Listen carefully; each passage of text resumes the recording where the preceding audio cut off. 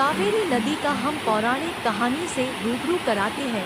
जो वीडियो आप लोग देख रहे हैं वो वही कावेरी नदी है जो गणेश जी के हाथों से उनकी इच्छा के अनुसार जल प्रवाहित किया गया है और इस तरह से ये नदी का रूप लेकर ये जलमग्न हो जाती है। प्लीज वीडियो को पूरा देखें, तभी इसका जानकारी आपको सही से मिल पाएगा।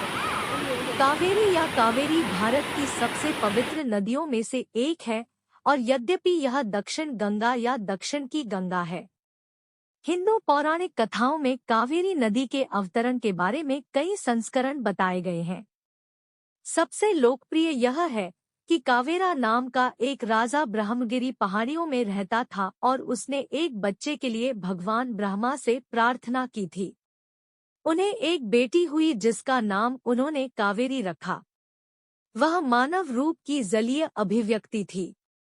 महान ऋषि अगस्त्य ने उनसे विवाह किया और उन्हें अपने कमंडलू या टोंटीदार जग में रखा। जब धरती पर भयंकर सूखा पड़ा तो गणेश जी ने कौए का रूप धारण करके कमंडलू घुमाया और कावेरी प्रवाहित की। कावेरी जैसी नदी सिर्फ पानी का फैलाव नहीं है, यह एक सक्रिय, जीवंत और गतिमान शक्ति है। नदी जीवन दृश्य और अदृश्य है और अपने मूड के आधार पर अपने निकटवर्ती तटों को बनाने या नष्ट करने की क्षमता रखती है। कावेरी नदी की उत्पत्ति के पीछे कई अलग अलग कहानियां हैं। मिथकों में से एक का कहना है कि प्राचीन काल में दक्षिण भारत की स्थिति भयंकर सूखे के कारण खराब हो रही थी।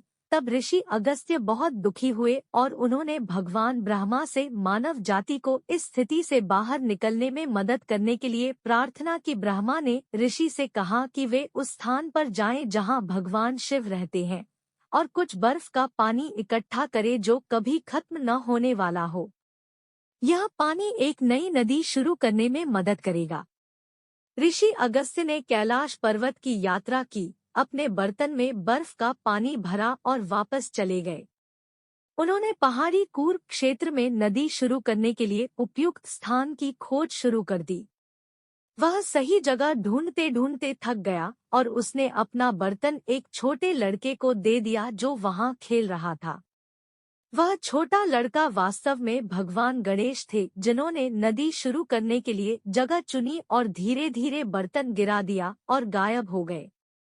कुछ देर बाद अगस्त्य ने पुकारा, छोटे बालक, तुम क्या सोचते हो? उसे कोई उत्तर नहीं मिला। जल्द ही उसने देखा कि एक कौवे ने बर्फ के पानी के बर्तन को जमीन पर गिरा दिया। कुछ देर बाद कौवे की जगह भगवान गणेश मुस्कुराते हुए आए। उन्होंने कहा कि मैंने कुछ भी गलत नहीं किया है, लेकिन नदी शुरू करने के लिए सही जगह ढूंढने में आपकी मदद की है।